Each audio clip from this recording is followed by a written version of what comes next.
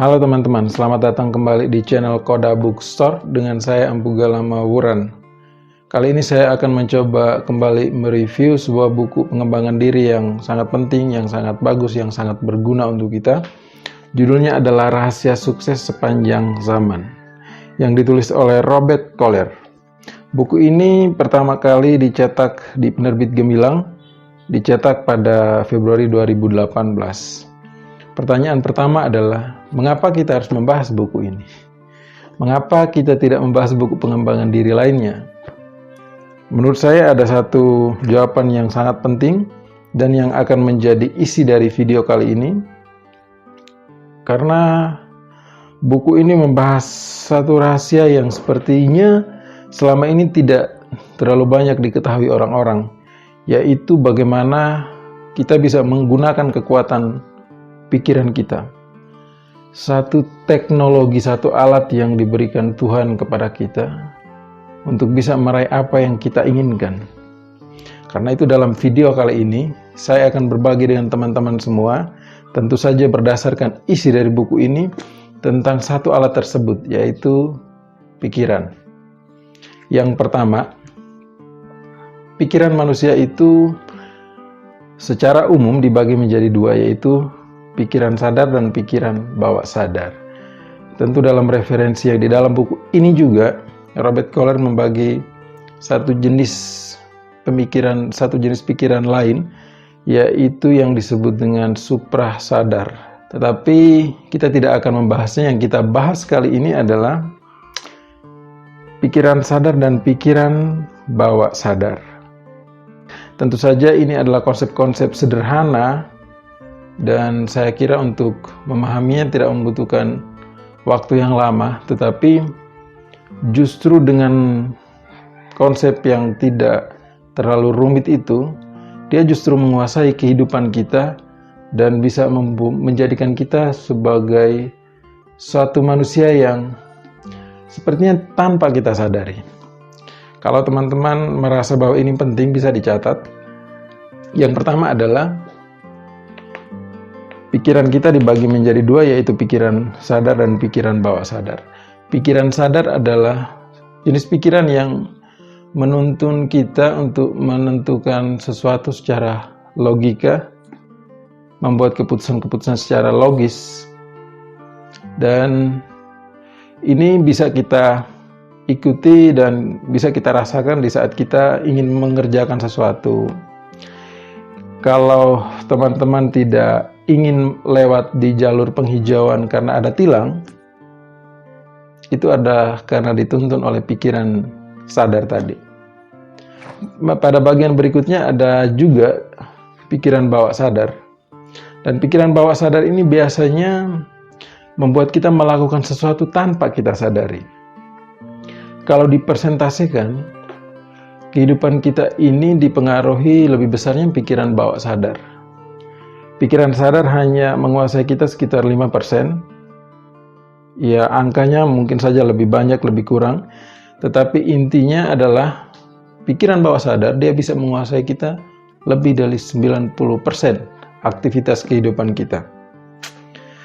Ini agak abstrak, tetapi mari kita lihat contoh konkret yang lebih bagus lagi.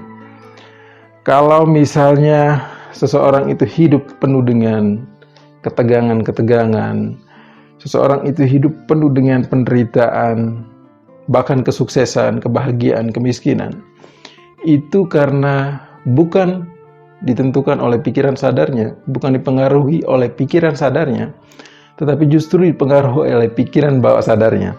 Karena di bawah sadar, alam bawah sadar kita itu menyimpan begitu banyak memori-memori, keyakinan-keyakinan, hal-hal yang membuat kita melakukan sesuatu dan sepertinya tanpa kita sadari. Kalau misalnya seseorang bekerja untuk mencari uang, oh saya bekerja untuk mencari uang, itu tentu saja dipengaruhi oleh pikiran sadarnya. Tetapi kalau seseorang bekerja dan rasanya bahwa dia tidak berubah, dari tahun ke tahun kehidupannya tetap saja tidak berubah, tetap saja ya apa adanya, semakin tahun semakin susah, itu karena dipengaruhi oleh alam bawah sadarnya atau pikiran bawah sadarnya. Karena itu kita perlu sekali untuk mengontrol apa saja yang kita pikirkan, sehingga kita bisa mengatur ulang apa yang ada di dalam pikiran bawah sadar kita. Dan poin pentingnya adalah pikiran bawah sadar itu bekerja tanpa kita sadari. Kita setiap hari hidup dan bekerja, tetapi kita tidak pernah berubah, kita tidak pernah sukses berhasil. Itu bukan karena pikiran sadar, tetapi pikiran bawah sadar yang menuntun kita. Sebagai contoh yang konkret adalah, kalau seorang itu dia sangat rajin bekerja, tetapi kalau di dalam pikiran bawah sadarnya itu tersimpan keyakinan bahwa uang itu, contoh yang paling populer adalah soal uang. Uang itu sangat susah dicari. Kalau dia yakin dan percaya bahwa uang itu sangat susah dicari dan terekam sampai ke alam bawah sadarnya, pikiran bawah sadarnya, maka semakin keras dia bekerja, tetapi uang itu akan semakin susah dicari. Hidupnya akan penuh kekurangan dengan uang. Bukan karena dia malas, tetapi karena dia sudah memiliki keyakinan bahwa uang itu susah. Kalau dia sudah memiliki keyakinan semacam itu, maka uang akan menjadi susah untuk dia, bukan untuk orang lain. Satu catatan penting lagi yang perlu teman-teman bisa catat adalah, kita bisa mengambil satu ungkapan yang penting bahwa batas pikiran adalah batas dunia kita. Jadi kalau kita memikirkan bahwa uang itu susah dicari, maka itulah dunia kita. Dia akan menjelma menjadi realitas, dan semakin, walaupun kita bekerja dengan penuh ketekunan, kedisiplinan, tetapi pada titik tertentu uang akan sulit dicari karena keyakinan yang kita anut tadi. Karena itu kita perlu mengubah kembali berbagai macam keyakinan-keyakinan, hal-hal yang telah kita pelajari dari dulu sejak kecil, yang itu tertanam di dalam pikiran bawah sadar kita. Poin berikutnya adalah, kalau untuk mengubah hidup, kita tidak hanya mengubah pikiran sadar. Yang perlu kita ubah adalah pikiran bawah sadar kita. Karena di dalam pikiran bawah sadar kita itu terkandung keyakinan-keyakinan, filosofi-filosofi yang kita pelajari, dan itu menuntun hidup kita untuk menjurus ke arah sana. Seperti contoh tadi, ataupun contoh berikutnya. Kalau orang menganggap bahwa uang itu gampang dicari, maka uang akan gampang bagi orang itu. Karena ada sesuatu di dalam dirinya yang menggerakkan dirinya dan alam semesta untuk mendatangkan uang atau membuat bahwa uang itu mudah dicari. Jadi keyakinan-keyakinan, hal-hal yang kita pelajari sejak kecil dan tidak hanya sampai ke pikiran sadar, tetapi langsung turun ke pikiran bawah sadar, itu sangat menentukan kehidupan kita. Karena itu dalam video ini juga saya ingin berbagi ya semacam 1-2 poin penting yang mungkin bisa teman-teman kita semua praktekkan untuk bisa mengubah semacam keyakinan-keyakinan yang selama ini menjerat kita, membuat kita semakin susah dari hari ke hari, dan membuat kita tidak bisa berubah. Kita tidak berubah mungkin saja karena alam bawah sadar kita itu menyerap keyakinan-keyakinan yang justru membuat kita semakin sulit. Dan itu saya temukan banyak sekali di masyarakat. Buku ini secara panjang lebar, secara mendetail mengajarkan kita bagaimana kita bisa mengubah alam bawah sadar kita supaya kita menjadi lebih berhasil, lebih bahagia, lebih sukses dalam menjalani kehidupan kita sehari-hari. Ada 2 hal yang perlu saya bagi untuk bisa mengubah itu. Untuk bisa mengubah hidup, kita tidak hanya mengubah alam sadar, pikiran sadar, tetapi kita juga harus bisa mengubah pikiran bawah sadar. Dan untuk bisa mengakses pikiran bawah sadar, tentu saja tidak mudah. Kita semua tahu bahwa disiplin adalah kita harus tepat waktu, kita harus rajin berbuat sesuatu dan secara konsisten. Pikiran sadar mungkin menerima itu, tetapi kalau kita tidak mengkondisikan pikiran bawah sadar kita untuk menjalankan itu, maka itu tidak akan berhasil. Pikiran bawah sadar harus menyerap itu dan meyakini bahwa disiplin adalah begini. Tanpa itu maka kita tidak akan disiplin. Karena itu ada 1-2 cara yang bisa kita lakukan untuk mengubah pola pikir ataupun alam bawah sadar sehingga membuat kita bisa lebih berhasil. Untuk dalam banyak hal, bisa dalam menulis, dalam segala hal.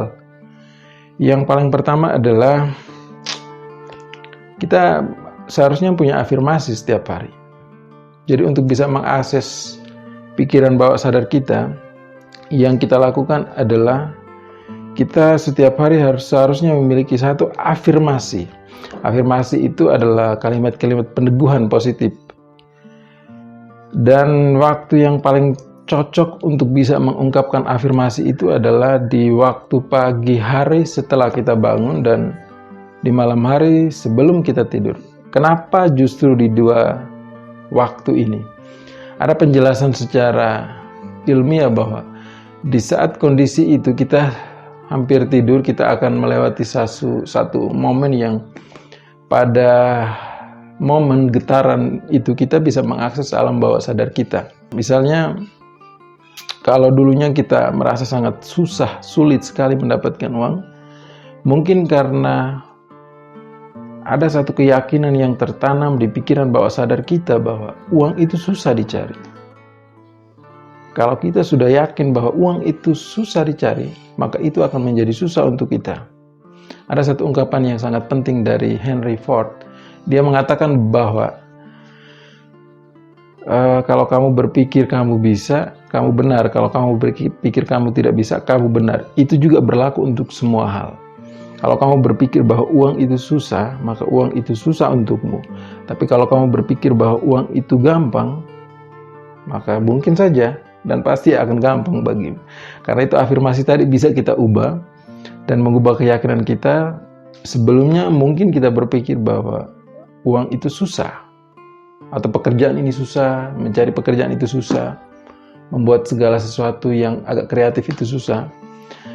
Di kedua momen tadi kita bisa menggunakan afirmasi untuk mengubah keyakinan kita. Kita bisa membuat afirmasi bahwa mencari pekerjaan itu gampang. Uang adalah hal yang gampang saya dapatkan. Lapangan pekerjaan bisa saya ciptakan. Atau afirmasi-afirmasi positif lainnya yang harus membantu kita. Kalau kita salah memikirkan hal-hal di kedua momen tadi, maka hidup kita pasti akan menjadi lebih berantakan. Karena ketika kita tidur dan hampir terlelap, apa yang kita pikirkan pada saat itu akan dikerjakan oleh alam bawah sadar kita untuk terwujud. Jadi mungkin kita tidak percaya atau menganggap, oh saya beruntung sekali. Karena dulu saya membayangkan ingin memiliki baju yang bagus. Tetapi sudah lama sekali saya sudah melupakan itu dan tiba-tiba saya memiliki baju itu. Itu tentu saja bukanlah sebuah keberuntungan, tetapi itu satu bentuk afirmasi yang sementara dikerjakan oleh alam bawah sadar kita, pikiran bawah sadar kita. Apa yang kita pikirkan sebelum kita tidur akan dikerjakan oleh pikiran bawah sadar kita untuk mewujudkannya menjadi kenyataan. Karena itu kita perlu memikirkan afirmasi yang positif supaya nanti dikerjakan oleh alam bawah sadar kita untuk mewujud menjadi kenyataan. Kapan terwujud itu kita tidak tahu, tetapi dia akan terus dikerjakan oleh pikiran bawah sadar kita. Karena pikiran bawah sadar kita itu beroperasi 24 jam sehari. Dia yang menggerakkan bagaimana kita bernafas, bagaimana jantung kita itu dipompa, paru-paru kita itu bagaimana, pokoknya dia sendiri yang mengatur semuanya. Jadi pikiran bawah sadar kita itu sangat cerdas. Jadi itu yang pertama adalah afirmasi itu. Yang kedua adalah kita harus bisa mengubah keyakinan-keyakinan kita. Ada berbagai macam keyakinan yang justru menghambat kehidupan kita. Di masyarakat banyak sekali saya temukan. Dan justru keyakinan-keyakinan itu yang menghancurkan kita baik secara pribadi maupun yang dalam konteks yang lebih luas, keluarga dan masyarakat kita. Karena itu kita juga semacam, tentu saya tidak berbeda dengan afirmasi, tetapi keyakinan-keyakinan lama itu harus kita hancurkan. Dan kita harus menyeleksi, memilih afirmasi-afirmasi yang lebih bagus, yang kita rasa bahwa itu akan membantu kita selanjutnya. Afirmasi-afirmasi ataupun keyakinan-keyakinan baru itu kita harus pegang teguh setiap hari, sehingga kita bisa menjadi manusia yang kita inginkan. Banyak orang yang mengatakan kepada saya bahwa mereka tidak bisa menulis walaupun mereka ingin sekali menulis. Saya kira mungkin hal yang paling penting yang harus mereka lakukan adalah membuat afirmasi harian bahwa saya adalah penulis dan tugas penulis adalah membaca dan menulis. Dia tidak bermain game, dia tidak bermain hal lain. Setiap hari yang dia lakukan adalah membaca dan menulis. Dia tidak gosip hal yang tidak penting. Dia tidak melakukan hal-hal yang menjauhkan dia dari membaca dan menulis. Kalau afirmasi itu dia lakukan setiap hari, saya yakin kemungkinan besar dia akan menjadi penulis. Tentu saja ini satu sesi yang harusnya kita bahas cukup panjang, tetapi banyak hal yang perlu kita rubah dan mengakses alam bawah sadar kita dengan afirmasi dan mengubah keyakinan-keyakinan itu. Mengapa ini penting? Karena tanpa melakukan hal itu, kemungkinan besar kita tidak akan berubah. Kita boleh saja secara sadar melakukan banyak hal untuk berubah, tetapi kalau kita belum mengakses alam bawah sadar kita untuk melakukan perubahan, kita tidak akan berubah. Karena di alam bawah sadar kita itu tersimpan keyakinan-keyakinan pola pikir yang akan membuat kita berubah dan menjadi lebih baik. Itu beberapa hal yang saya dapatkan di dalam buku ini.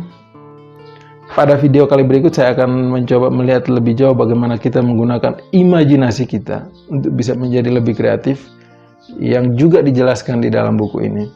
Buku ini saya sangat menyarankan untuk teman-teman miliki. Mungkin lebih bagus, ada yang merasa lebih bagus mendengarkan video-video semacam ini. Tapi kalau ingin mengetahui isinya lebih banyak, lebih mendetail, maka saya sangat menyarankan untuk teman-teman mengikuti dan membeli buku ini. Semoga bermanfaat video kali ini teman-teman. Semoga apa yang disampaikan ini bisa diterapkan dalam kehidupan sehari-hari. Terima kasih.